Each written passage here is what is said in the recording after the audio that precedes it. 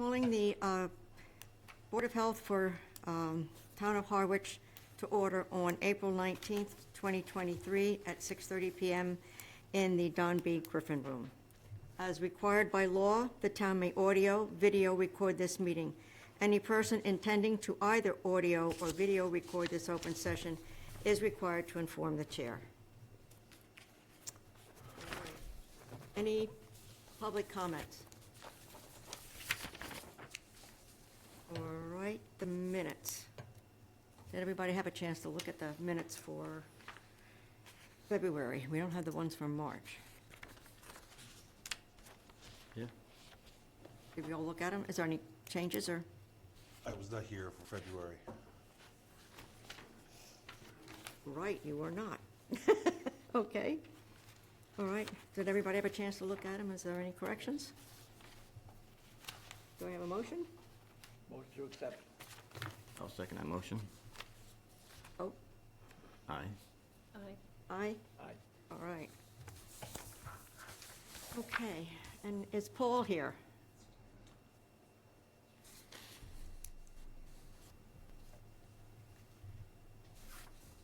Good evening. Good evening. It's nice to meet you all. Yes. Back in January, I started to work on amendments to the accessory apartment zoning regulations. And I included a provision that required connecting to the sewer if the sewer was available within proximity to the property, connecting both the principal dwelling and the accessory apartment. Town council reviewed the regulations and recommended removing that requirement. I think that there was concern over jurisdictional overlap between zoning and Board of Health regulations and the Water Wastewater Commission regulations. So I deleted that. The current bylaw is not being changed for that section, and that says the principal dwelling unit and accessory apartment shall meet all Board of Health wastewater treatment requirements for the combined number of bedrooms. So that's there now, and we're not going to change that. I discussed this with Carrie Schoner, and she said that the Water Wastewater Commission's sewer use regulations in Section 1 state that the existing structures do not allow increases in wastewater flows, which may result in an increased flow unless the increase is in compliance with the Board of Health regulations in effect as of July 1, 2016. So she indicated by referencing that we couldn't increase the wastewater flows or require connection to the sewer. I talked to the water wastewater superintendent, Dan Pelletier. He's online, by the way. Okay. And I found this on the web. we discussed the whole situation, and he indicated that Title V regulations, Section 15.004, applicability, subsection 3, requires that septic systems cannot be expanded or upgraded if it's feasible to connect to a sewer system. Mm-hmm. I thought by requiring the accessory dwelling units and existing dwelling units to connect to the sewer was a good thing to help reduce the nitrogen loading in the aquifer. I've been trying to gain an understanding of the complex regulations and between the comprehensive wastewater management plan, the sewer regulations, and Title V, but I'm left kind of scratching my head because there appears to be some kind of conflict. When I talked to Carrie, we talked about whether or not the Board of Health could update your regulations to make this requirement for any new accessory dwelling units. And so that was what I had originally wanted to come in and talk to you all about. Because we are trying to deal with housing crisis and trying to provide an alternative, smaller form of housing in town, this is an important issue. but I wanted to be able to be prepared to answer questions at town meeting about what would happen in terms of how this would work in connection with our existing regulations. So I'm not really expecting any answers tonight, but I wanted to explain what was going on with the work that I'm doing on the zoning amendments, and start a conversation about whether or not we could make any adjustments to the Board of Health's regulations to require any new accessory apartments to connect to the sewer if it was on that street or in proximity. Okay, I'm going to have Dan speak to this because I was speaking with him earlier today, and it is a complex issue. Dan, are you online? I see the DP. Yes. Oh, all right, Sorry, had to find the unmute button for a second. okay. Do you want to, I'm going to let you go ahead and explain what we talked about today. You're better at it than I am. Yeah, well, I think Paul pretty much got it right. So, in essence, the sewer use regulations restrict flow at a specific parcel to that was allowed in 2016 under Title V. So, he's correct in that what's in place then is what's in place now. And I guess to navigate that with the ADUs, as I understand it, Title V requires them to connect to the sewer system if it is available in front of the property. And Paul and I had a conversation today, and essentially if, a 3-bedroom house wanted to revise their floor plan to be a 2-bedroom house and put an ADU outside, that would be, as I would perceive it, compliant with sewer use regulations. So I don't know if that helps, but. All right, but I thought when we talked today that basically the regulations fall under your department. Yes. So, and when we were talking today, we were talking with respect to like increases in a specific parcel's flow. So that would be, you have a 3-bedroom house and you want to put an accessory dwelling unit with a bedroom that would now be, a 4-bedroom parcel. As I understand what Paul's talking about with the ADUs, it would be actually transferring one of the bedrooms from within the dwelling to the accessory dwelling unit. So it would still be in compliance with Title V, as I understand it.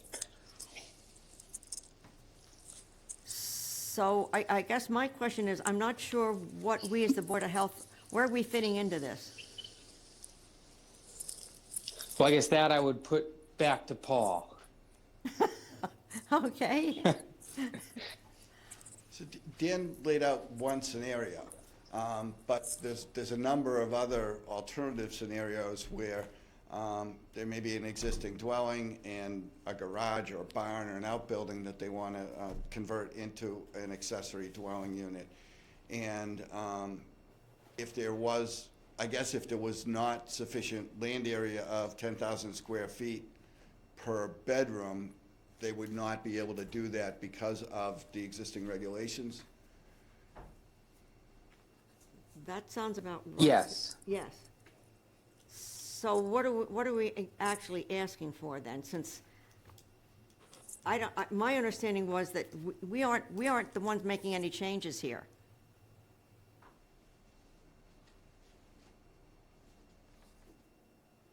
Well, is that to me? I guess I think it's trying to accommodate the desire for ADUs and how that fits in with Title V and sewer use regulations, right? So I think that's ultimately what Paul, we're trying to get through these discussions. I don't want to speak for Paul, but that's, I guess, kind of how I feel that we're going. Okay, all right, because now I'm confused as to what we would do, since this would require some change in the regulations?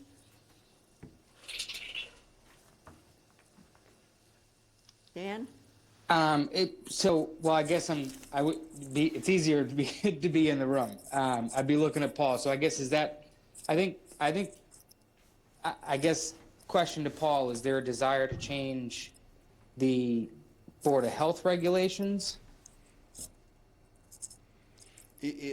I think that from an environmental standpoint, it would be in the town's best interest to be able to require any new accessory dwelling units that are in proximity to the municipal sewer system to connect. And from what I understand, from what Dan explained to me and provided a citing of Title V, that's required.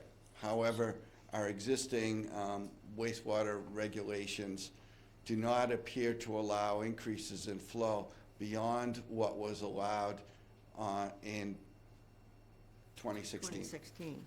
So I'm wondering if we need to, talk to town council about this to figure out, what the best approach would be to accomplish my goal, which is let's try to connect any new accessory dwelling units to the municipal sewer if it's possible, so that we can minimize additional nitrogen flows. During the planning board public hearings, they received testimony from some residents that raised that concern about, well, if we allow more accessory dwelling units, it's going to increase flow, and they raised legitimate concerns about the impacts of groundwater. So I added that in there, and then I was told to pull it out, and I'm just trying to do the right thing by protecting the town's groundwater. If we have conflicting regulations, I'm looking for a pathway on how we might be able to resolve those. I guess my question. Okay. Go ahead, because Dan, in other words, we don't know where Yeah, so now that Paul's kind of laid that out, I guess how I would envision we could make ADUs a possibility in Harwich, given the complexity of the flow neutral bylaw, the restrictions to Title V and the like, would be that they would have to, they would be required under Title V to connect to the sewer system. So that I think is a given. I think the ability for them to have an ADU would require them to reconfigure their house so that one of the existing bedrooms is no longer a bedroom, whether it becomes an office or another space in the home. If a house is zoned at 3 bedrooms currently, they would have to now have 1 ADU and 2 bedrooms as to maintain a consistent wastewater flow as what was allowable by the Title V regulations in 2016. Now, let me interrupt you for 1 second. And I guess what we're waiting for is what the state's going to come out with, the new update for Title V's. But we don't know when. Yeah, so right now, the limitations on 10,000 square foot per bedroom is dictated by the fact that it's a watershed, a water resource protection area. With the proposed Title V regulations, they're also expanding that to be nitrogen-sensitive areas. So contributing areas to harbors and embayments would also receive that NSA designation and thereby also have the 10,000 square foot per bed space limitation on it. So at the end of the day, I think we still need to consider operating under a 10,000 square foot per bedroom regulation, if you will, for lack of better terms. And ADUs can still be accessible within that, I think, but the way I can perceive that with the regulations as they are is that it would need to be such that they would have to essentially sacrifice a bedroom within the home to free up the wastewater flow to have the accessory dwelling unit on the property. That makes sense. Did that, Yeah, and if I may, and I think I follow what the key point that you're saying is, there's no more than the 10,000 square feet per bedroom, I think, regardless. Am I correct, Dan? As things are presently, that is how I understand them. for I right think now? what you're asking is that if we can make changes that, regardless of change in number of bedrooms to the house, understanding that that needs to happen to put on an ABU. If an ABU is added to the dwelling, you're asking that it immediately gets hooked up to the sewer as part of that requirement. If the municipal sewer system is in proximity to the, Yeah, to the house. there's that if it's not going through there. Okay. So I think that's a great, helping is certainly going to increase the flow in a house having an additional unit, somebody possibly, renting. So I think if the sewer is available, having it hooked up is a great idea, but wherein is that our responsibility? Wherein does that I think, Dan, happen? then that would come under your regulations, right? So I believe that that would be taught, for lack of a better term, through the application process to connect for a sewer service, right? So we do require a floor plan to be submitted with the sewer service application, and the health department does verify the bedroom count. So if with the modifications to the sewer service, they provide an updated floor plan showing the 2 bedrooms in the home with the 3rd in the accessory dwelling unit, that would be in compliant with the 3-bedroom capacity we have on file, and I think that it would just move through the process. So, all right, so let me ask you, do we need to make any changes right now? I'm saying no. No, I don't think anything needs to be right now. I think Paul's question can be answered with I would say yes, that you can include where sewer is available that they're required to connect, as that is a provision of Title V. I think through the permitting process for the construction of accessory dwelling unit, there's going to need to be some checks and balances on the back end so that we are monitoring bedroom count so we can make sure that there isn't an increase from the 2016 standard. But I think for Paul's efforts, he can include, that requirement where applicable. So that's going to go through the planning department then, is what you're saying? Well, I think any I think application to construct, sorry, someone trying to jump in. Yeah, so it almost sounds like it really needs to be the 3 departments, like water, health, and planning. It happens now. Now, Yeah. yeah. Any building permit gets routed through Yeah, those. through the 3, so that wouldn't really change. So the only thing that would have to change is that, actually nothing until, Unless things change, unless the state. unless the state. So basically, what I'm seeing is that the status quo, until we hear from the state, and the understanding, I believe, is the fact that we've switched from Baker to Healy. It's a little bit later than what we expected. We expected that update sooner. Is that, Yeah, and so essentially, we don't know what's happening with the Title V regulations. I think so long as we, all 3 departments, all boards and related committees are on board with the understanding that if an accessory dwelling is being proposed on a specific property, that requires or may require sacrifice of a bedroom in the principal dwelling, that, this can move forward as proposed. all right. All right. Does that, That is somewhat helpful. So what I understand is basically the status quo. It's 1 bedroom per 10,000 square feet for areas, outside of the water resource, within the water resource protection district.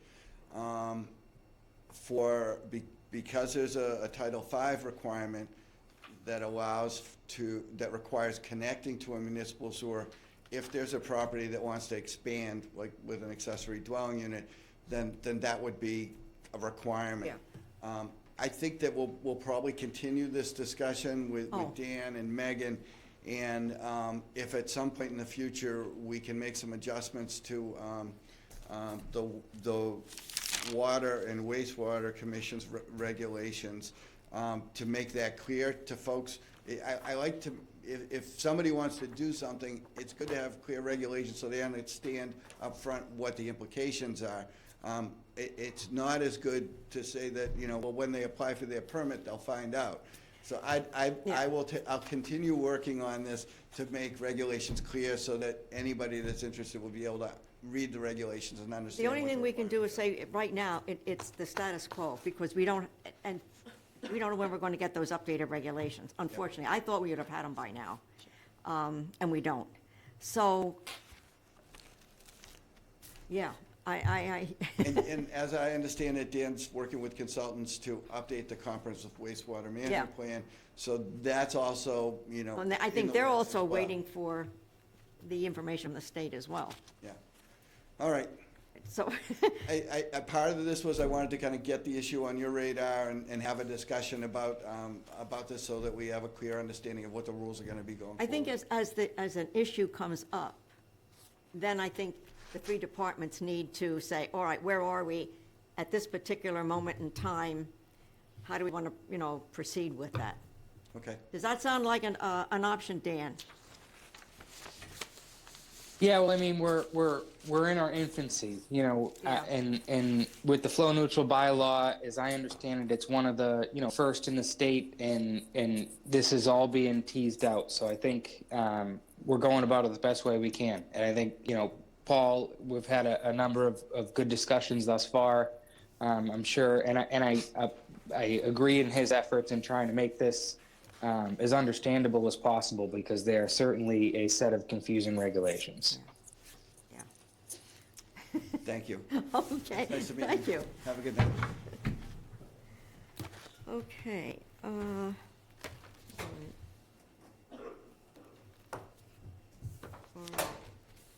okay, moving on to 4B. You want to read 4B for us?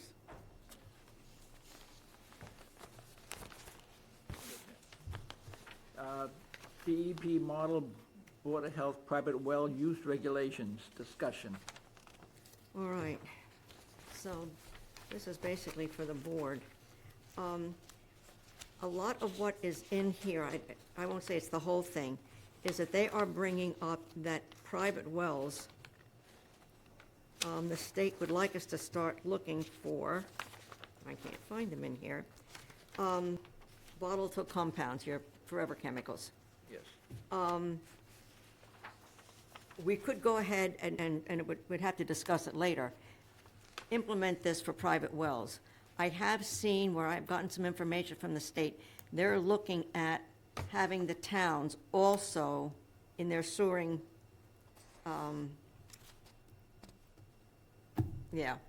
like where Chatham is, that where the plants, that they're gonna have them start looking for forever chemicals as well.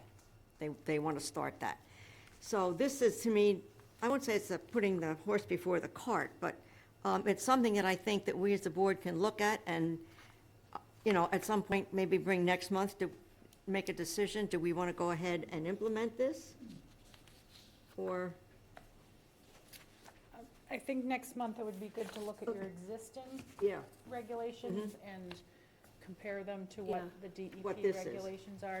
Just looking through them, these are brand new, these are just 1 month old. Yeah. Or a month and a half Yeah. old.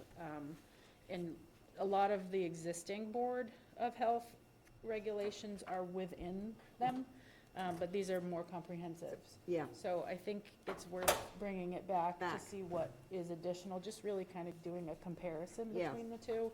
And then finding out if other surrounding towns are doing it.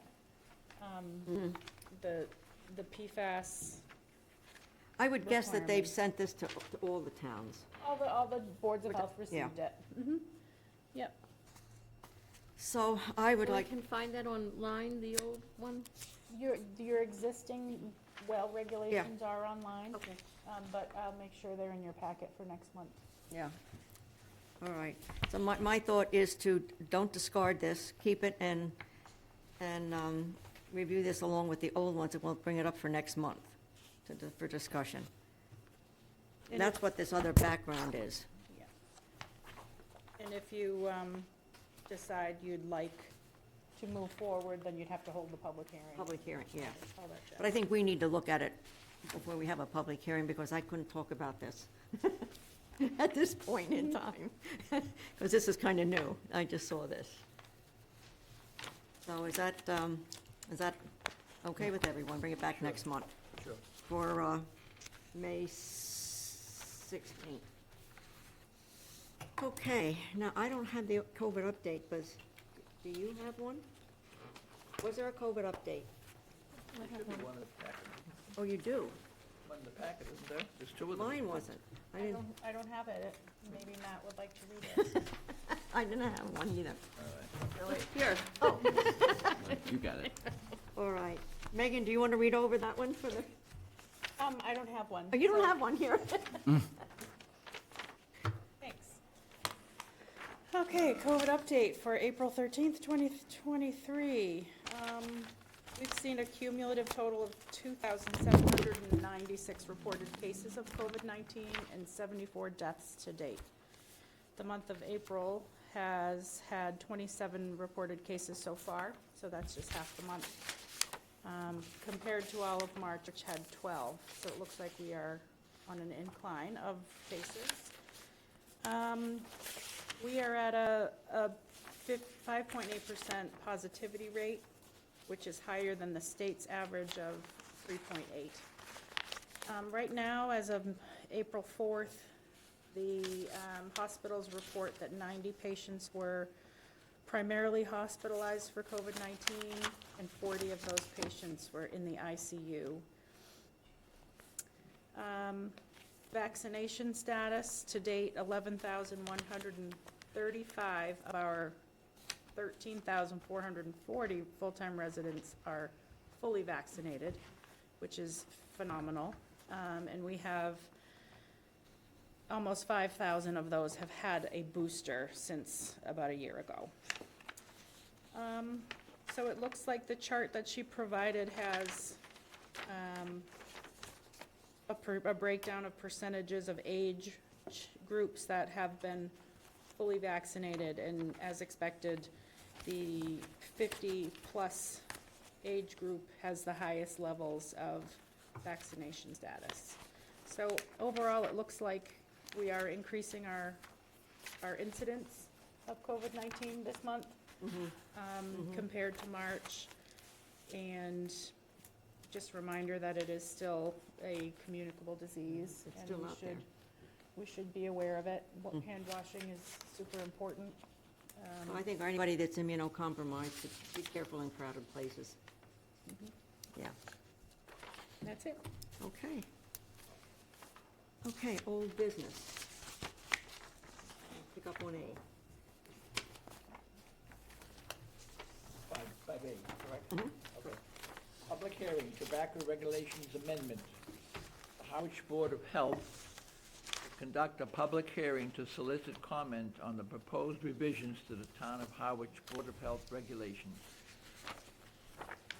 Okay, any comment from the audience on this?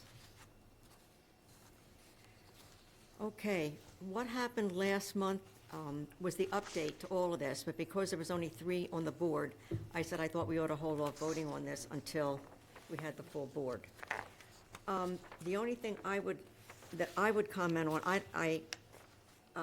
has to do with just typing, like where we have the definitions.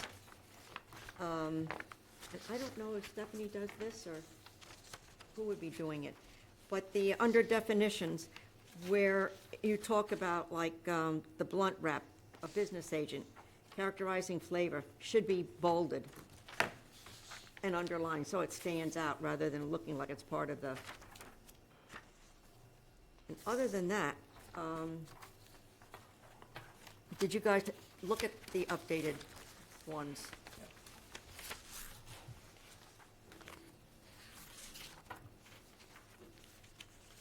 Yeah. All right.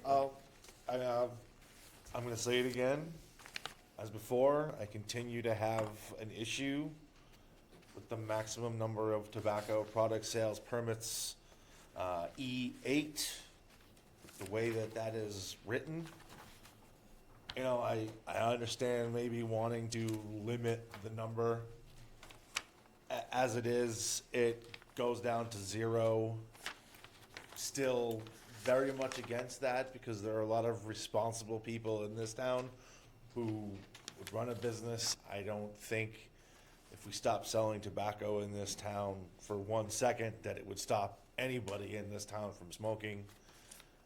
We're not limiting as much or reducing the number of alcohol permits in town.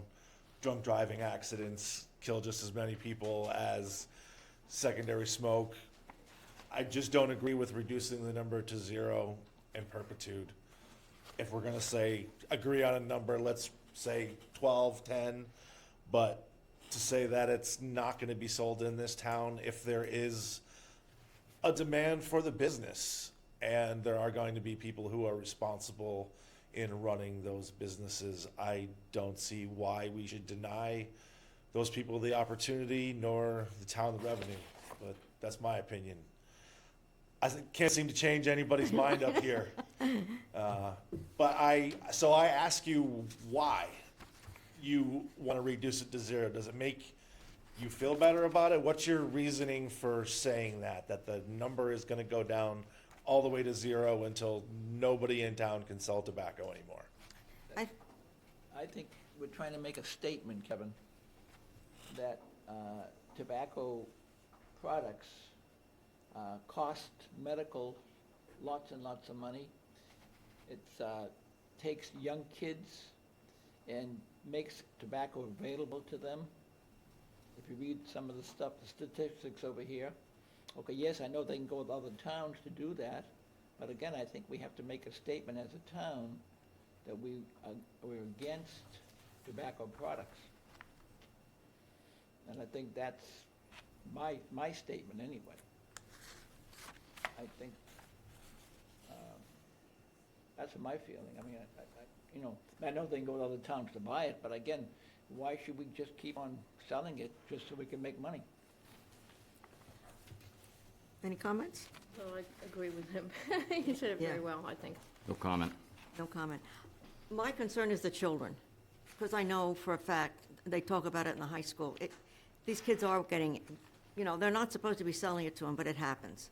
And it's very easy for them if they're in the same town. If it's not here, it's going to make it a lot harder for them to get it. And I think today, there's enough evidence out there of what tobacco causes. And I agree, they haven't addressed alcohol, but does that mean we shouldn't address the tobacco? And that's where I would say, all right, if it were up to me, I wouldn't sell those nips either. And I know there's some talk going around about getting rid of those too, but that's not what we're addressing. We're addressing the tobacco accessibility.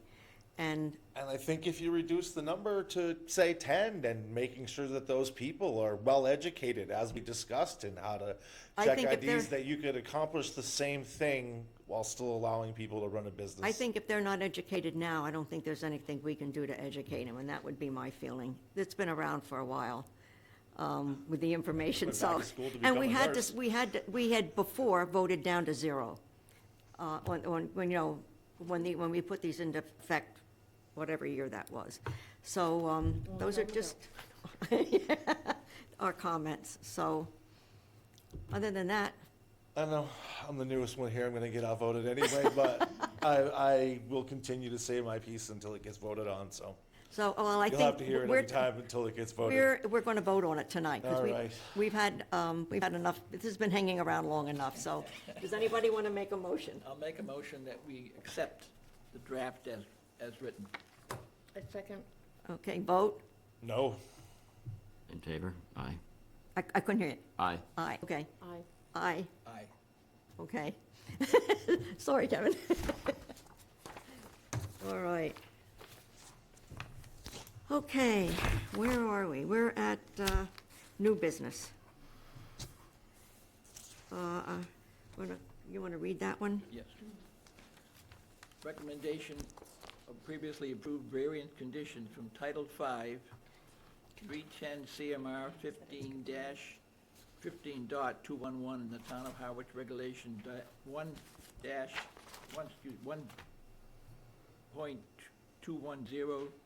1.210-18, Bob White Lane. To consider the variance request, Title V, 310 CMR 15.211 in the Town of Harwich Regulations 1.210. Vote to accept, deny, take under consideration. I'm going to open the public hearing. Is there anyone here for this? If This- I may, Madam Chair, Yeah. the applicant has requested a continuance for All right. this Yeah, all right. application. Yeah, that was the one that just came in today. Okay. So you would All need right. to vote to continue the hearing to May 16th. Yeah, all right, and this goes with this, all right. All right, so now that we opened it, I'll close the public hearing. Nope, No? Oh, no, we're going to leave it open, I'm sorry. It's continued. It's going to continue, so we just make a motion to continue. I motion to continue the hearing for 8 Bob White Lane until May 16th. Mace, yes. I'll second that motion. Did you say 8? May 16th. No, 18. I'm sorry, I thought you Oh. said 8, that's all. I'm sorry. I might have. I should have said 18 Bob White Lane. Okay. 18 Bob White Lane. I motion to continue the discussion on 18 Bob White Lane until May 16th. Okay, I'll second that motion. okay, vote. Aye. Aye. Aye. Aye. Okay, that one was quick. All right, the next one, is that? I have written on this that we're continuing this as well. No, I don't think so. Depending on public comment. Okay, all right. You want to read that one? This one here is B. Yeah, Variance to request the Town of Harwich Regulations 1.211, 230 Church Street, to consider variance request of the Town of Harwich Regulation 1.211, vote to accept, deny, take under consideration. all right. Okay, is there anybody, I open the public hearing. Is there anybody here? Anybody online? Yes, Madam Chair, yes. Attorney Douglas DeShane. Okay, May I speak? yes, go right ahead. Oh, thank you, Madam Chair, members of the board. Good evening. My name is Douglas DeShane. I am an attorney with the law firm of Finner and Nicholson. I'm here this evening representing Kevin and Tara Tomany. They are the owners of the property at 230 Church Street here in Harwich. Kevin and Tara would like to construct a 3-stall horse stable and an associated paddock on their property at 230 Church Street. It's a 1.6 acre property. It is located in your residential rural estate zoning district, and it also happens to be within your Zone 2 groundwater protection district. As I said, my clients would like to construct a 3-stall horse stable and an associated paddock in which they would hope to house 2 horses, a maximum of 2 horses. However, due to the fact that the property is located in the groundwater protection district, we understand that we must obtain a special permit from the planning board. And because we are appearing before the will be in the future appearing before the planning board, we were required to present this application to the Board of Health this evening to receive review and approval from this board, so that we can then move forward in applying for or having a hearing on the special permit. As part of the application, I did provide a site plan showing the location of the proposed stable and paddock and proposed dumpster, and the access way to the dumpster and to the site. We've provided floor plans of the proposed stable and with sizes. And we have also provided, I think most importantly, a project narrative and nitrogen loading calculation from our engineer that shows the proposed nitrogen loading impact from the boarding of 2 horses or the keeping of 2 horses here on the property. I've also provided you a manure management plan, which we propose to remove a minimum of 90% of the manure from the property, and that calculation was part of the nitrogen loading calculation. At this point, Madam Chair, members of the board, I'm more than happy to walk through the documents that I provided and explain which each one is. But I do know, and as I called down to the office this morning and was informed that each of you would have that package and the information provided. So again, I'm happy at this point to go through that package and present, or in the interest of time, as I do see you have quite a packed agenda, I could move directly to addressing any questions or comments the board has relating to the application. So please let me know which you would prefer that I do. Okay, thank you. Didn't we have some emails on this? Yes, we did. We did. In front of you are emails that were received after your packets were distributed. We have an email from David Reed, from the abutters at 2 Washburn Way, and abutters at 10 Caldwell Lane. I'm not sure if those abutters are here and wish to speak, but those emails are in opposition of the project, of the stable, and they list various reasons. You can- Did you pass them out? Yeah, they should be here someplace. You know what? I remember we talked about it, but I don't have them. If you'd like, I, That one. there you go. And this one here is, here you go. Here you go.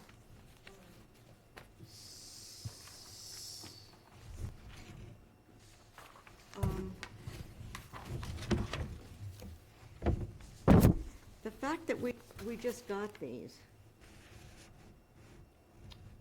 I think you can take public comment. yeah, and there may be a continuance, depending. If you desire, I think it's proper to have the public Comment. speak and have the engineer or the attorney answer any questions that they can from the public. Is there anybody in the public here for this, or online? Did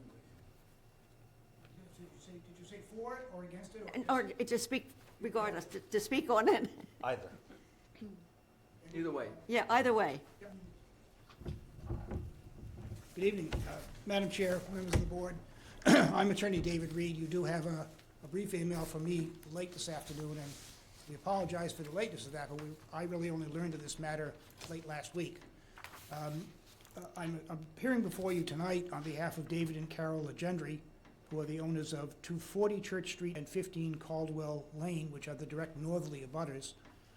I've also been asked this evening to share my comments also on behalf of Diane Johnson and Joe O'Leary of 228 Church Street, which are the abutters to the west of this property, probably the closest to the paddock area. Neither of these neighbors welcomes the prospect of having a horse stable and paddock directly behind their properties, or in case of the Johnsons and O'Learys in front of their home. Despite whatever the good intentions and efforts of the owner, it's our perception that having a horse stable and corral, a paddock, directly adjacent to our homes, my clients' homes, is not a welcome prospect for them in this area. They anticipate that any horse corral and stable, for 2 horses in this case, has the serious potential to produce undesirable odors, to attract pests, to generate dust, all things that will be detracting from our ability to enjoy their homes immediately adjacent to this property. There are several questions about the application and its sufficiency before you. I'm sorry, I'm kind of losing my voice here tonight. The council made reference to a plan of the stable. I did not see that in the materials that I reviewed, but your regulations do require a detailed 2-scale plan of the building itself, not just of the property, of the building in terms of its details, its composition, its dimensions, its access to water and ventilation. Perhaps that's there and I didn't see it, but I saw the engineer's plan of the property, but I didn't see any detailed plan of the stable itself. Regulations also require a considerable amount of detail of the handling and disposition of the waste. We've heard reference to, in the manure management plan and in council's presentation, to the use of a dumpster, and it's shown on the plans there. But I haven't heard any detail about what that consists of. I mean, is it watertight, watertight? Is it pest resistant? I don't see any of those details, and I don't know how you can evaluate the effectiveness of the manure management plan if you don't have any kind of information about exactly what that consists of and how it's actually going to be used. With respect to the manure management plan, we had another question about this property. The application indicates that the owners live in Groton, Massachusetts, not in Harwich. We would question, is this intended to be a year-round home for 2 horses? If so, are the owners going to be moving here, or is someone else going to be responsible for the care and management of the site?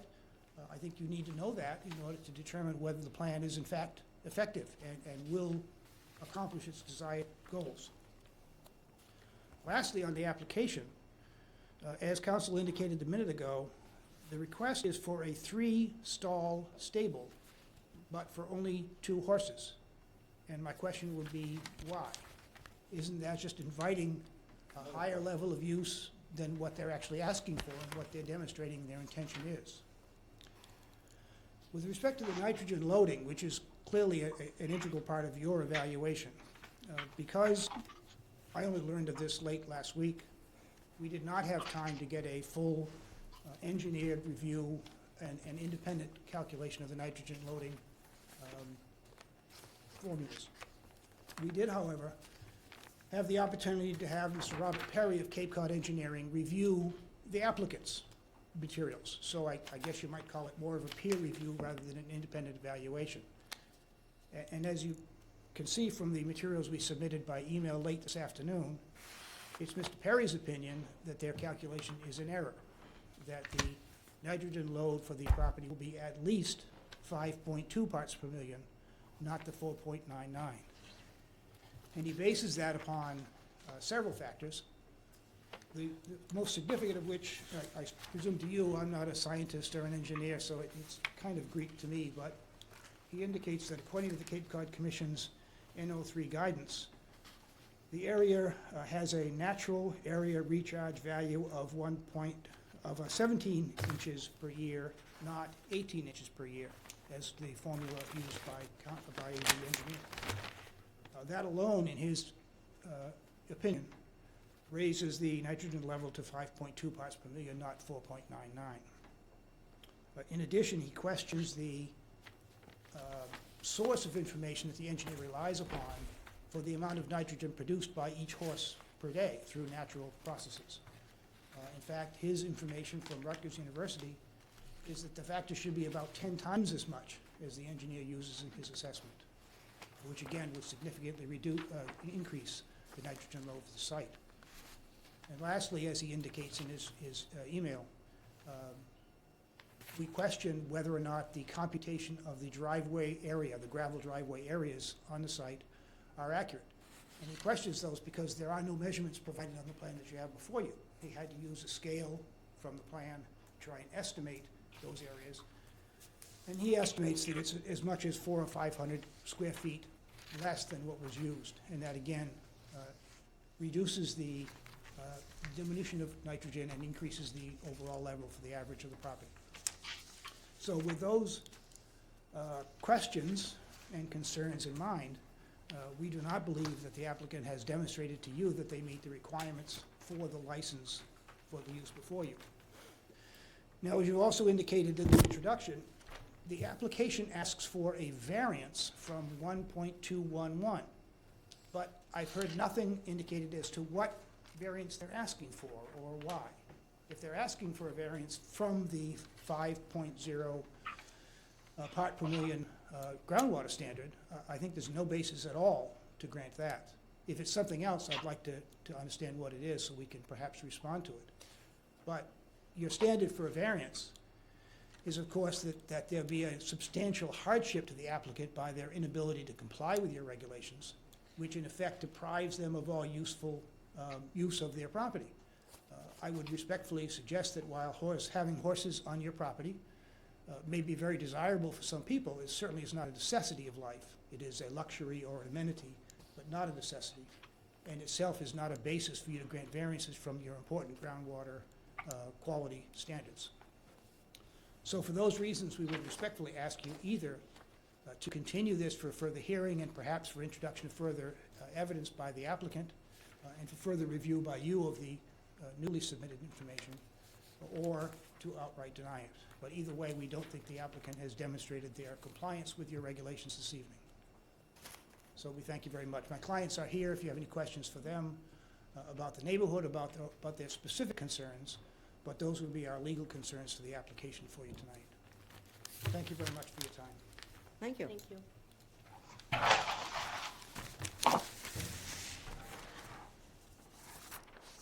So the fact that there's a discrepancy, I would recommend we look at that Continue it. and let the health department Yeah. work with the engineer on yeah. it. That's what I think, yeah. Yeah, I would think, yeah, because I wouldn't be able to verify any of that, so maybe going for a continuance? And before any of the numbers came into play, I had an issue with the first glaring thing was why build a 3-stall horse shed for For two. 2 horses? What's the intent? If we're not gonna vote no on it, I would vote to continue it, if there's more to be discussed clearly than what's already here. Yeah, I think there's more to be discussed. Madam Chair, Yes, may I respond? yes, First of all, to answer the question with respect to the stall, if you look at the floor plan that we provided with our application, you can see that we are providing for 3 stalls. However, as you can see from the proposed drawing, the 3rd stall is actually accessible from the tack room, and it's to be used for hay and feed storage. So there are only 2 of the stalls scheduled to be utilized for the horses. The 3rd, which will be adjacent to a tack room, will be for hay and feed storage. And because of that, there is not a direct access from the horse stables into that room. So it's not proposed to be used as a horse stall. And I certainly, on behalf of my clients, I don't appreciate council's implication that they're trying to do something illegally or immoral in providing for 3 stalls and saying that they're only going to use 2.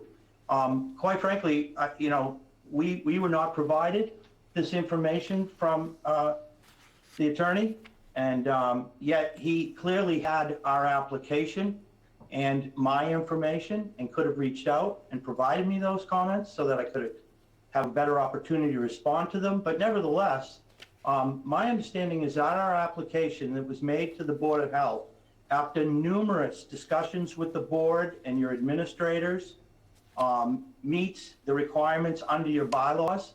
The application was accepted as complete. And so in terms of what we've provided, in terms of plans, layouts, and proposed use, we have in fact met all of your questions and all of your requirements under the bylaw. I believe your bylaw requires that the owners of the property are responsible and can only apply for this request and license.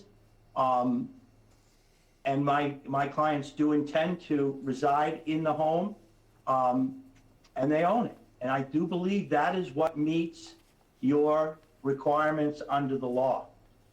With respect to the submitted analysis or peer review, if you will, of our engineer's report, I can only say that our engineer did, as well as my clients did, discuss the application and the nitrogen loading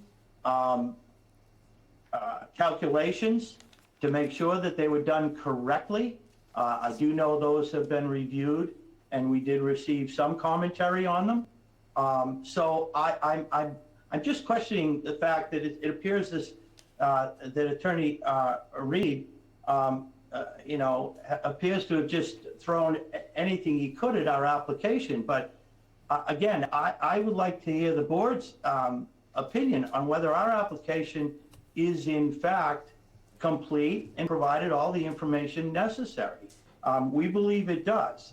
With respect to the variance request, interestingly, when we talked with the Board of Health administrators about what to apply, that is the application and the information we were required to provide. And it was actually as I understand, it was actually the Board of Health that sent us back the form of notice. We are, as far as I understood, while the board is considering this a variance, we are in fact not asking to vary the nitrogen loading requirements, and in fact have provided information that shows that we do meet your nitrogen loading requirements. And further, that under your bylaw, we are required to seek your approval and a license as well for these horses.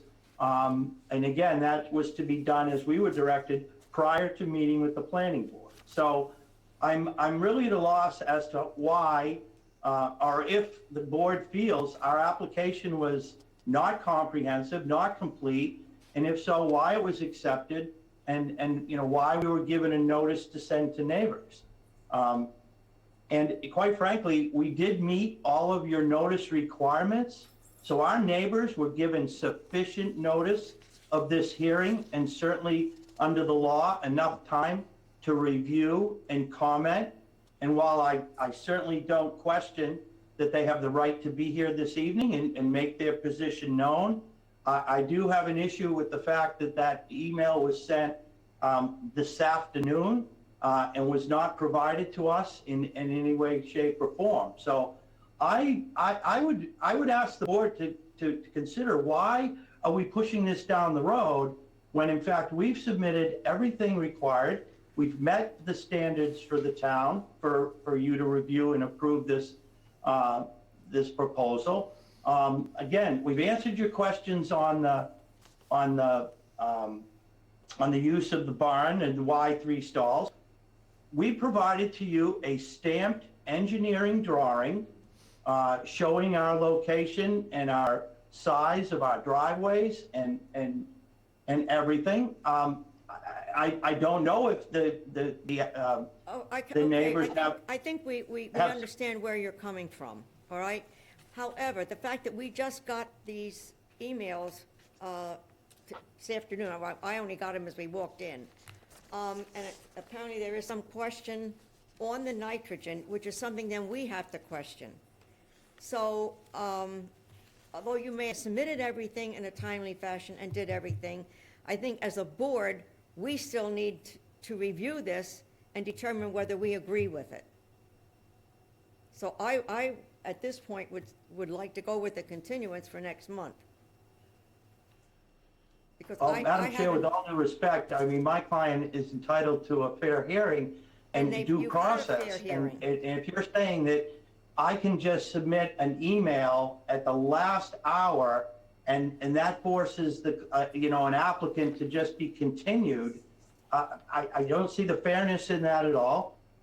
We're required to submit all information to the board in a timely manner in advance of the hearing, and yet it appears that same standard isn't, held to our neighbors.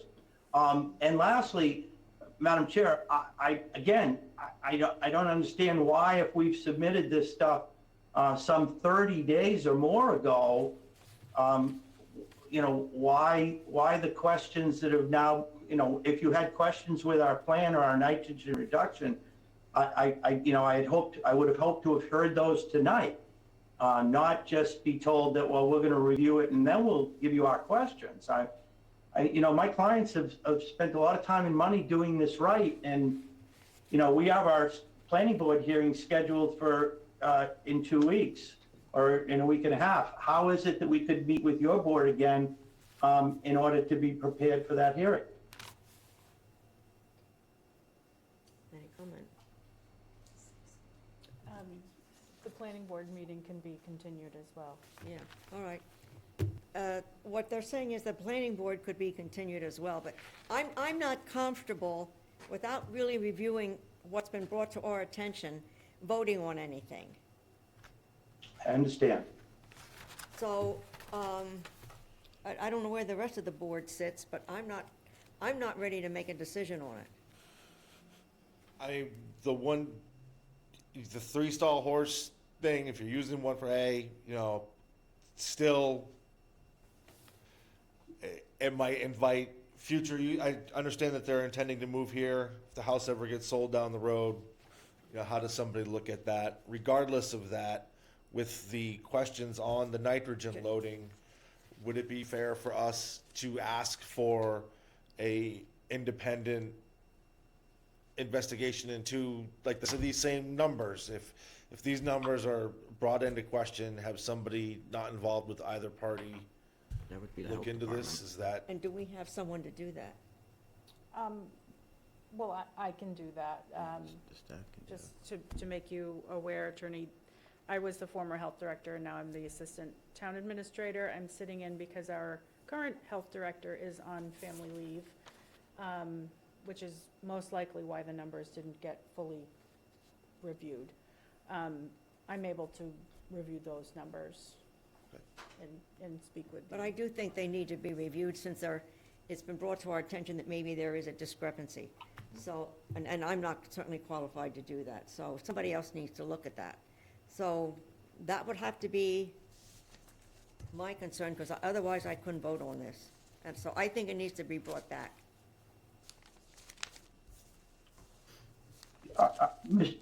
Madam Chair, I do respectfully accept your position, and and it's good to know that there will be someone that can review those numbers.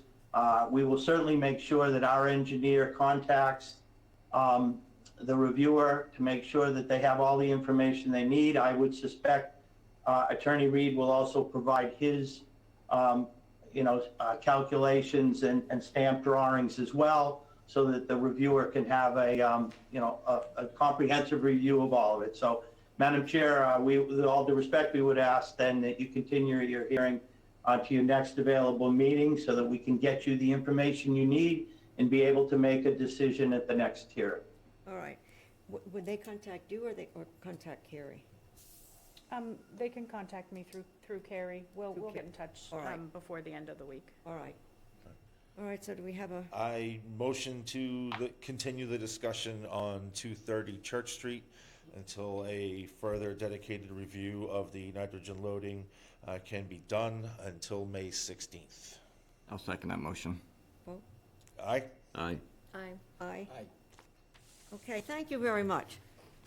Thank you very much, Madam Chair and members of the board. We'll see you in a couple of weeks. Yes. No months. Well, that's a couple of weeks. May 16th comes quick. All right. I'm going to say hold on to this. All right.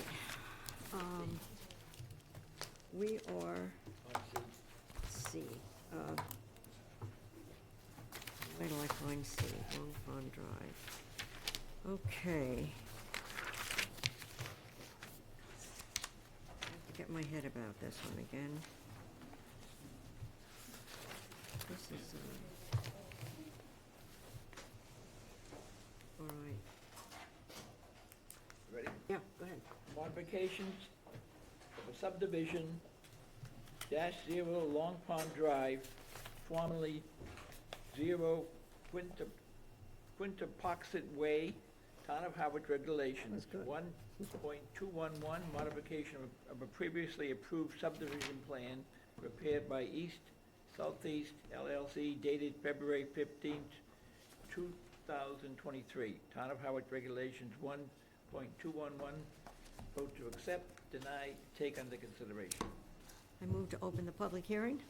Good evening. Good evening. For the record, Thad Eldridge with East Southeast. That was an excellent pronunciation of Quinnipoxet. I thought that was very good, too. So we have an approved two-lot subdivision. The Toomeys have negotiated with the neighbors who would like the land in the rear, which that precludes the need to have the road, and it will limit the number of people who have to try and pronounce Quinnipoxet.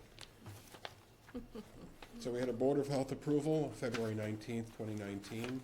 The conditions were town water and compliant septic systems. I carried those conditions forward on the modified subdivision plan.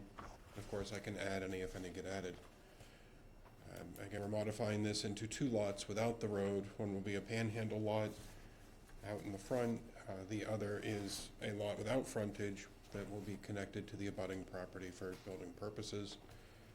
The soils are still fine. We have carbocore sands out here. The lots both have adequate space for compliant septic systems, and I'm happy to answer any questions. All right. Is there anybody else that has anything to speak on this one? Okay. The board, do you have any questions? Do not. Nope. No. No. No? Do I have a motion?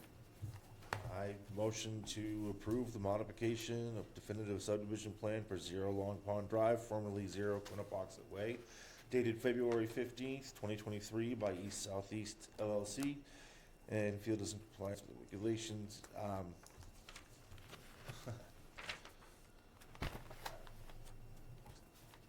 Move to approve the modification with the following conditions: that all previous conditions must remain in effect. I'll second that motion. Vote? Aye. Aye. Aye. Aye. Aye. Thank you much. Thank you. Have a great evening. Close the hearing. I make a motion to close the hearing. The minutes will reflect. All right, wait till I get this out of the way. All right. You ready? Yes, go ahead. Okay. Variance request from Title V, 310 CMR 15.224 and 15.203, 2 Bay Pine Road, to consider variance request Title 5310 CMR 15.00. Vote to accept, deny, take under consideration. All right, anybody to speak on this? Anybody online?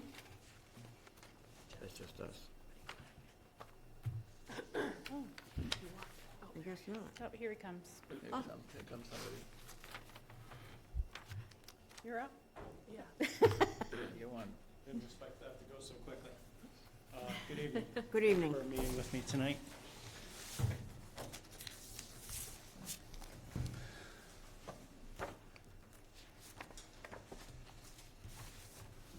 I'm a bit unfamiliar with the etiquette and proceedings of this sort of meeting.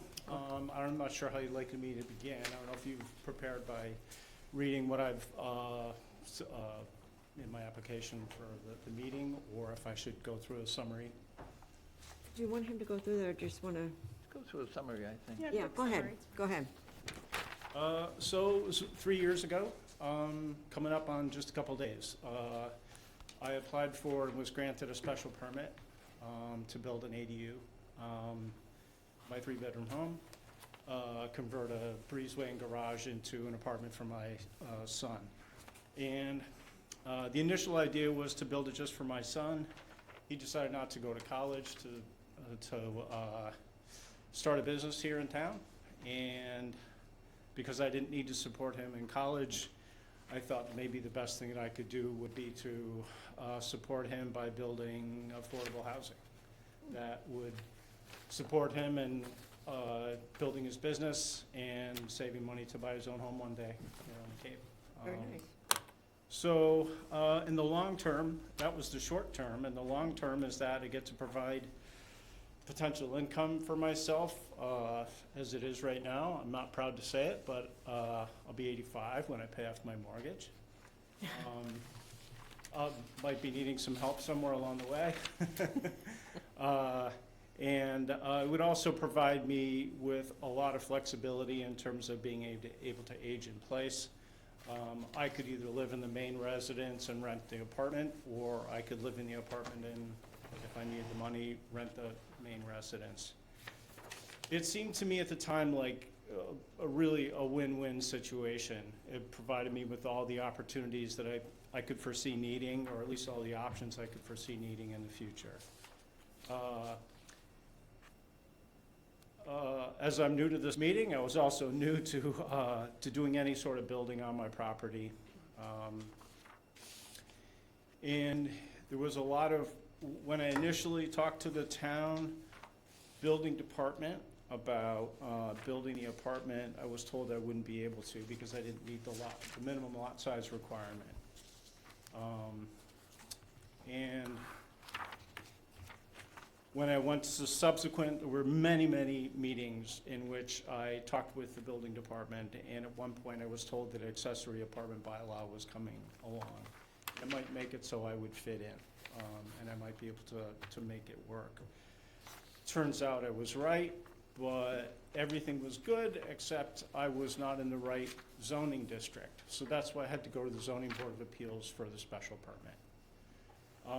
And at that meeting, I was told by the Board of Health, or there was a note was sent by the Board of Health saying that I would need to make changes to my septic system. And that was something that I had not heard at that point, or up until that point. And when that came as a requirement, the alterations that I needed to make just pushed it out of financial reach for me. So it's been 3 years for me to get into financial position to do a septic system. And though I haven't supplied it here for the meeting, I do have a building permit application to go ahead with the apartment by redoing the septic system to a 5-bedroom. And in the intervening years, every year I would ask, is there any way, since sewering is imminent, and I should say it wasn't as imminent when I started as it is now. When I first applied for the accessory apartment dwelling,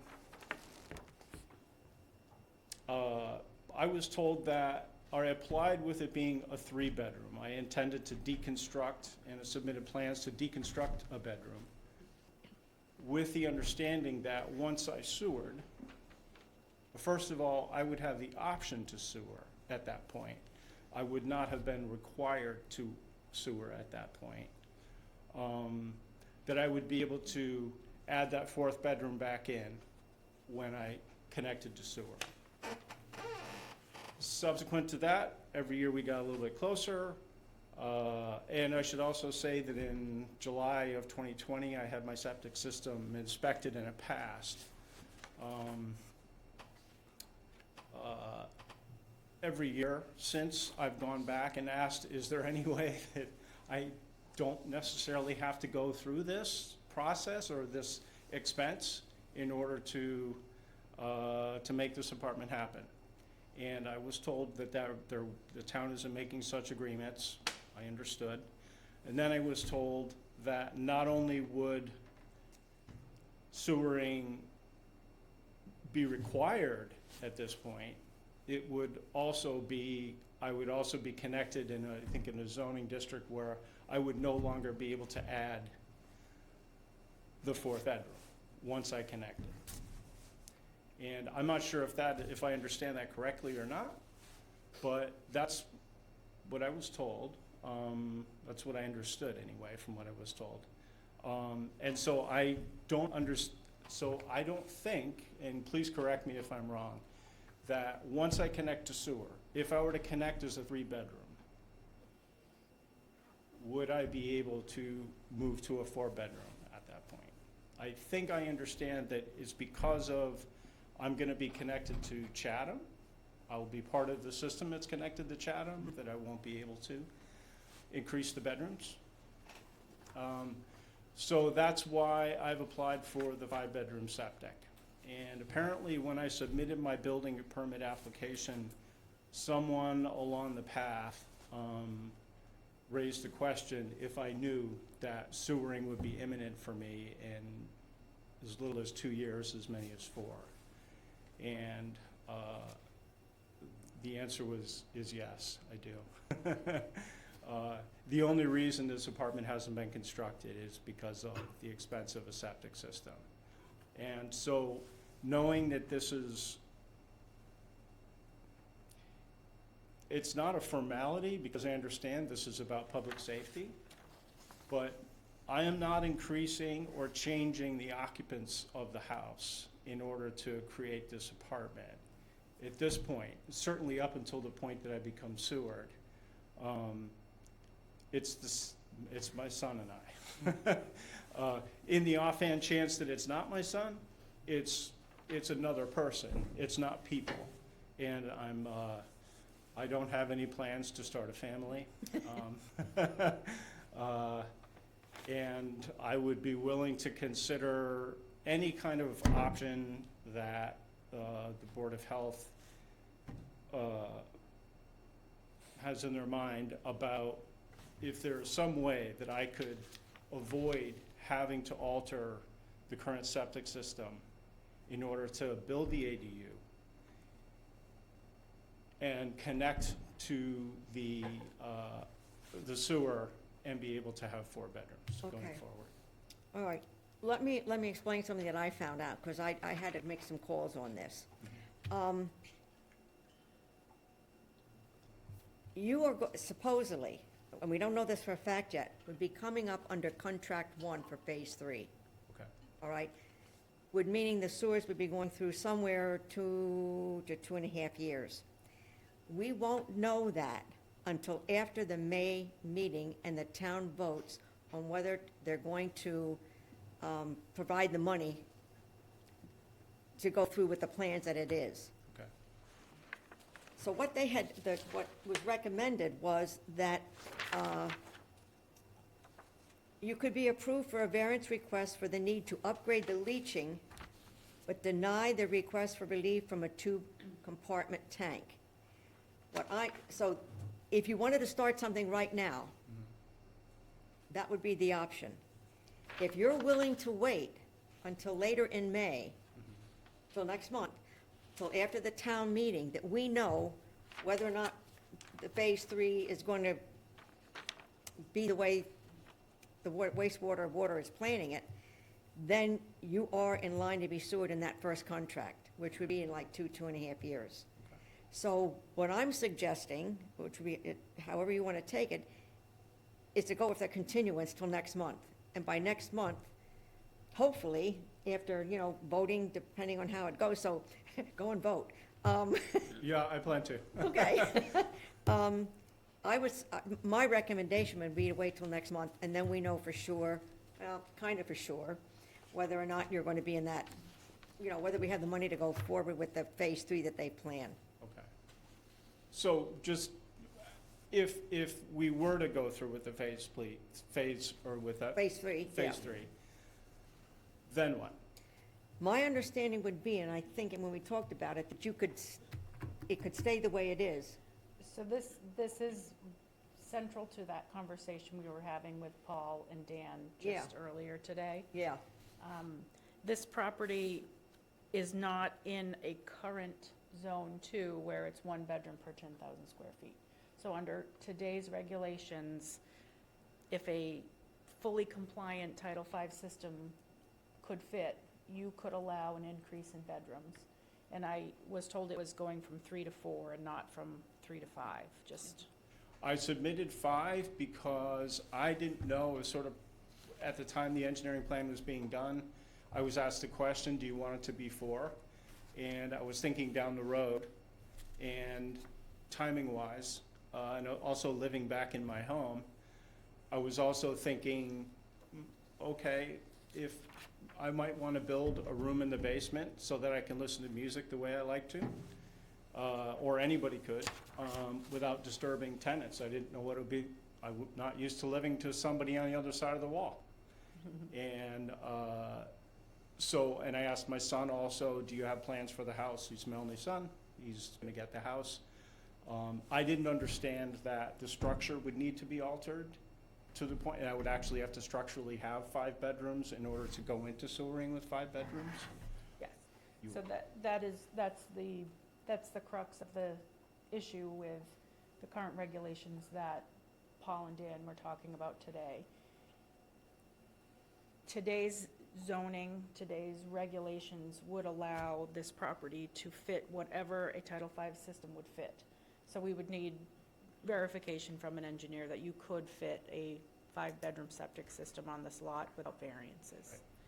And if that is true, and he could fit a 5-bedroom septic system on this lot without variances, you have the option to allow that increase in flow utilizing the existing leaching pits. But I guess my question is, when I talked to Dan, was if you're going to be sewered, So the timing of it is vital Yeah. for the applicant, because if the building permit is not in place to have the 5 bedrooms or 4 or 5 bedrooms, if the building permit isn't in place before he's sewered, then he's stuck with what he has. So he's got to, if he wants to increase his flow, he has to do it before he's sewered. Because once he's sewered, he's stuck with what his existing flow is. So he can, his existing flow has this window to change right now. And if he misses that window, he would be stuck with whatever flow he had at that time of sewering, of connecting. And would it be, once the permit has been issued, I have the ability to continue to follow through with that permit regardless of when I connect? Well, you'd be required to connect within a certain amount of time. I guess I didn't ask the question well. Does the construction need to be finished? Or do I just need to have a permit in hand? You just have to have an approved permit that's active. Okay, So if it goes dormant, right. it's no longer active and wouldn't apply. all right, this is for my clarification. So once a sewering goes through, is there a limit onto the number of bedrooms? The way the regulations are in place is For now? for now, and the way that they're proposed in the new Title V regulations is there's no increase to existing flow. So if a vacant parcel is in a zone 2 or 1 bedroom per 10,000 square feet, is an acre, 40,000 square feet, they would be limited to 4 bedrooms, because that's existing zoning. In a different world, where that little piece of that regulation didn't exist, once you connect to the sewer, Title V goes away, and Right. there's no restriction on bedrooms from our standpoint. There is through the building code and other zoning, but as far as septic flow, it's no longer even a consideration. Yeah, so all right, just for the discussion purposes, so it's possible that once they decide that with the sewering, they could change those zoning, because Dan was talking about some of the zoning is going to need to be changed Yes. with some of their sewering. How that affects you then is, I guess like what you're saying, You just don't know. we don't know. So if we're going with what we know today, And you went to the planning board for how many bedrooms? Well, the zoning board of appeals for the special permit, you mean? For the special permit, I went for 3, because I was told that I would be able to upgrade to 4 in the future. And sewer, and I wasn't going to be required to connect it. At that point, sewering would have been optional. Yeah, which it isn't anymore. Right. right, So I went in expecting that I would be able to upgrade to 4 at some point in the future. So I agreed to deconstruct a bedroom and connect to 3 to limit my building costs in the moment, so I could phase the expense of all of this. But subsequently, I learned that I needed to make changes to the septic system anyway in order Yeah. to accommodate the dual chamber or the extra tank. And so what I realized is, even by taking that half measure, the cost of adding or deconstructing a bedroom and then reconstructing it is gonna be the cost of a full septic system. So I might as well just get the full septic system and be done with it and just build the apartment in, but I didn't have the money. Yeah. And And so now, that's why it's 3 years later. so your permit now is for only 3 bedrooms? Is that what you're saying? I don't even have a building permit now. I have a building permit in process, actually. I have a building permit in process for 5 bedrooms. I'd be more than happy to go down to 4. We would just need to see that a Title V system could fit. You guys have the engineering plan. It's not in Not this with this, okay. application, Great, but that application is in process. perfect, Yep. yep. So if it could fit without variances, I would recommend you would allow the pits to remain in place to be used. And if sewer is approved and funded Yeah. after May 1st or 2nd, then it's reasonable to allow the 1 compartment existing tank with no changes, knowing it's going to be abandoned within Yeah. 2 years to connect to the sewer. Yeah, and that's what Dan was saying. So that's why he was saying, wait till May, Right. so that we know, when I say for sure, I mean, if it's voted, what he's telling me is that you're on this list, the street. Right. And you're gonna be contract 1, is what he told me. Right, I'm gonna be at the beginning of Yes. of the Now, next. it could be, like, I think he said, starting maybe the 2nd year, some of the people might be connecting, but I don't know where it would be. But within like 2.5 years, you would be able to connect. Then the issue of staying the way you are would be okay. Is that my understanding? If the building permit was approved. If that, yeah. So if you would go for the 5 and it gets approved, Yeah. then he's good. So that's why we were saying it's for your benefit to wait till next month. I didn't know about this upcoming issue that was gonna be coming up at meetings, so I'm more Well, than happy to I wasn't aware of wait, some of this continue either until when he gave the presentation, and I said, he gave me this map, and I said, Dan, I don't know what those streets are. So if next month that's confirmed and his plan gets approved, we could approve this without any changes as it is, go for, knowing Yeah, that that it's he's gonna gonna get hooked up connect. to the. And even if his building permit isn't approved at that point, you can still see the plans. Yeah. And Okay. approve Yeah. that. Yeah. Is there any reason why I couldn't, or the existing building permit couldn't continue to go through the process at this point? It would stop at health and Okay. and not go anywhere. And Okay. the building department only has 30 days to issue a permit, so you'd have to agree to an extension. Okay. Um, I've had to agree to more than one of those, so Okay. I'm okay with that.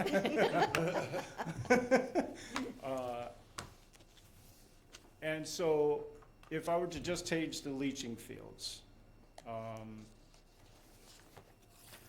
I think that the recommendation was to, no, wait, is it the leach fields or the upgrade, tank? the need to upgrade the leaching field, yes. And, I think I just And the- heard 2 different things from you. You said the tank? The tanks. If you wanted to go forward today, Right, right now, you didn't want to wait another month. right. I would recommend requiring a 2-compartment tank or 2 tanks in series and allowing the remaining use of the leaching. All right, okay. But after the meeting, if I'm expected to sewer first phase, then it could just be the leaching fields to be replaced, not the tank? It would be Nothing nothing. replaced. That's what I Wouldn't need it. that's what I thought I Yeah. heard you. Won't need it. Yeah, it's definitely your benefit. If you're approved in this first group to go through, Right. we could approve it without any need for upgrading the leaching field, which To is do already anything. being recommended, but also waive the need for the 2-compartment tank as well, provided that you're hooked up to septic as soon as As it's soon as available. possible. Now, if for some reason the town doesn't vote this in and they have to go about changing what they're going to do in phase 3, we could may come not know back right to the away tanks. what streets would come off. Right. So it depends on your timing, whether you can hold out a little bit. I know that's, I know, Probably financially worth it to hold It out at is this point. $15,000 Yeah. or $20,000 for a new system. Yeah. It's worth a couple more months. My only problem is, my special permit expired in April of 2023. And I didn't realize that. I didn't realize it was going to expire. It was expired because I didn't pull a building permit. Had I pulled a building permit, then I would be able to just extend the permit, I believe. I don't know enough about that. I don't know, I don't either. The building department, when I submitted a building permit, sorry, I have to remember a lot of these things. When I submitted the building permit last fall, there was a bunch of back and forth about what's the best way to go about this because my building permit had been, or because my special permit had expired. I was told that the state allowed an extension of 15 months to permits. I don't remember what kinds or which ones it was, or everything that was included, but one of those was the special permits. So as it stands right now, I have until July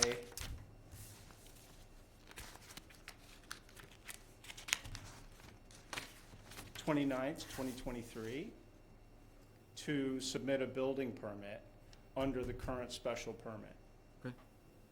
You can Is there- submit a building permit tomorrow. It doesn't There mean is it a has to- building permit in process. Sounds like you are covered. All right, yeah, all right. So my recommendation is for us to continue this till next month, and we would have a better understanding of, your situation, All the moving parts. rather than have you go through with these changes, and then in 2 years, they say, hey, you gotta hook up to the sewer, and then that's money down the drain. Well, yeah, no, that's what we're trying to avoid. That'll be a Alright. big help. All right, And I just want to say, technically, it's an increase in flow and capacity, technically, if I were to add the apartment. But in terms of what actually happens on the property, there's no more than 2 or 3 people living in this house on the existing 3-bedroom septic. yeah. Regardless of who lives in what area, there's 2 or 3 people living in the house. So we'll go from there. Let's go for the continuance. All right. Just I'll vote vote to for it. continue. I motion to continue the hearing on 2 Bay Pine Road until May 16th. I'll second that motion. Vote? Aye? Aye. Aye. Aye? Aye. Okay, we'll see you next month. Thank you, Okay. everyone. Have a good night. Okay, now where am I? Where's my, Lions Club. make sure you keep this. This isn't a disposable. All right, and I have misplaced, oh, here we go. All right, so that took care of D. All right. E? Yes. Request from the Dennis Harwich Lions Club waiver of temporary food service permit fee, $50 for an event on July 29th and 30th, 2023. Vote to accept, deny, take under consideration. Okay. Good evening, my name's Janet Boudreau with the Dennis House Lions Club. Madam Chair, I had sent a letter in, and I hope you all got a copy of that, did you all? Yes. Yes. Thank you. Do you want me to explain this, or? We usually I don't. don't even think I need to explain. I'm Yeah. ready to approve it. Yeah. Thank you. Yeah, go ahead and, I mean, thank ahead you for and coming, but I would have approved this without you here. want to go ahead and make. I motion to approve the request to waive the $50 fee for the temporary food permit for the Lions Club. I'll second that motion. Vote? Aye? Aye. Aye. Aye. Aye. Okay, Well, thank you so much, I really appreciate it. thank you. That was easy. That was easy. We should probably have some of these earlier in the, You know what, we should have Oh, you moved those sat up. there. Yeah, I should have, I apologize for that, I feel bad now. that's okay. All right. All right, F. Report of the health director, we did that already? You What was that? you have one more waiver. Yeah, The garden Similar club. request for the garden club. of Harwich. Correct. And we waived that fee, didn't we? we did? I motion to waive the fee for the Garden Club of Harwich, for the waiver fee for the plant sale at Doan Park Sure. on Saturday, May 27th. Yes. Yes. I'll second that motion. Vote? Aye? Aye. Aye. Aye. Aye. Okay, now where are we? Permits. Just a report of the health director. Yes. I'm just giving a report from Carrie and leftovers from Katie, and it looks like she wanted you to know that the OpenGov software is up and running at 100%. It's been a long battle with this. And what is that exactly? That's permitting, online permitting software. So right now, previously we were using something called Acela. So that's wonderful. We've been working with the other departments to get that going, and now we're operational, which is awesome. And she has also a list of tasks by subject that you can look through on what the work has been done that they've been doing over the last month. It looks like. I had asked her to do that every month Yeah. so that I can put, when I do the yearly, Sure. I want people to understand what this department, Yeah, building this board permit does. reviews are out of control. Building permits have been out of control Yeah. for the last 2 years anyways, so. yeah, so I keep these. I have a folder for these that I'm going to submit when I submit the Very good. update. And that is it. All right. All right, that's there's no correspondence, and now permits. Nothing special about the, It does look like there are permits. It just looks like that letter was cut off. When did they inspect the beaches? When did they start doing that? They start sampling the beaches Memorial Day weekend. Yes, or the week before, because it does take a while to get the results back. There is a list of permits. Yeah. Are you still voting to approve those? Yes, or are they just already issued? want to make a motion? I motion to approve all permits as listed with the approval condition for Title V Inspector Michael Sears that there be a 1-year probation period. I'll second that motion. Vote? Aye. Aye. Aye. Tom? I'm sorry. I thought you were still thinking. No, I'm sorry. Okay. Do I have a motion to close the meeting? Motion to adjourn. I'll second the motion. Vote? Aye. Aye. Aye. Aye. Okay, motion accepted. Very good. All right.